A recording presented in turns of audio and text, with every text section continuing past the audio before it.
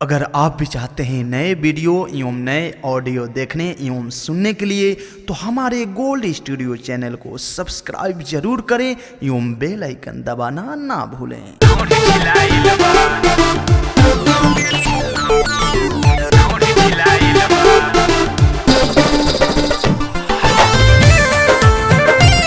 Recording by Ganga Studio Patna.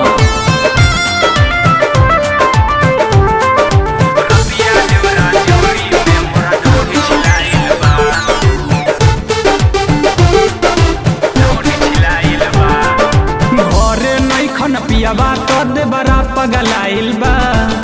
घरे नैखन पियाबा कद बड़ा पगलाइल बा। रतिया जोरा जोरी में मोरा ढोढ़ी छिलाइल बा। रतिया जोरा जोरी में मोरा ढोढ़ी छिलाइल बा। बिना लिहले छोरी ना उ जिद पे आइल बा। बिना लिहले छोरी ना उ जिद पे आइल बा। रतिया जोरा जोरी में मोरा ढोढ़ी छिलाइल बा। रतिया जोरा जोरी में मोरा ढोढ़ी छिलाइल बा।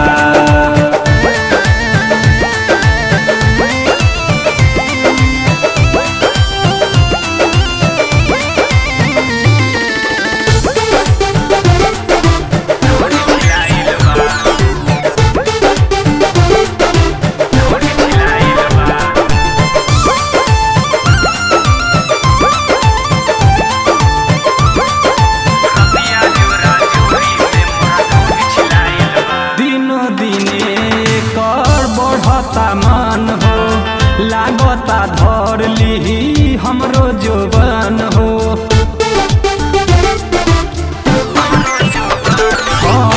दिनो दिने कर बढ़ता मन हो लागता धर ली हमरो जोबन हो।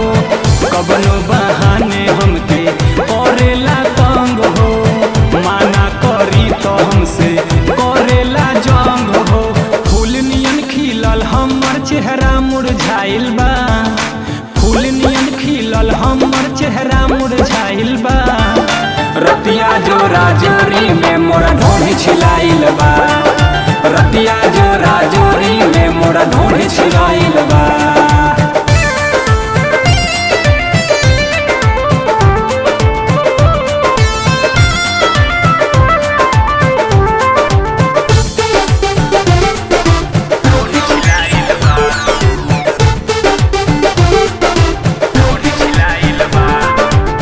जब से बलैकी के बदलल बा मन हो।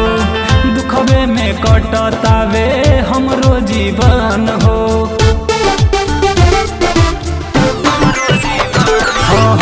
जब से राजेश के बदलल बा मन हो। दुखबे में कटे सखी हमरो जीवन हो। कुमारी सरवन के आवता याद हो। मारल चाहतावे बड़े सवाद हो। एकर रोहन देख के हमर दिल घबराइल बा। एकर रोहन देख के हमर दिल घबराइल बा। रतिया जोरा जोरी में मोरा ढोढ़ी छिलाइल बा। रतिया जोरा जोरी में मोरा ढोढ़ी छिलाइल बा।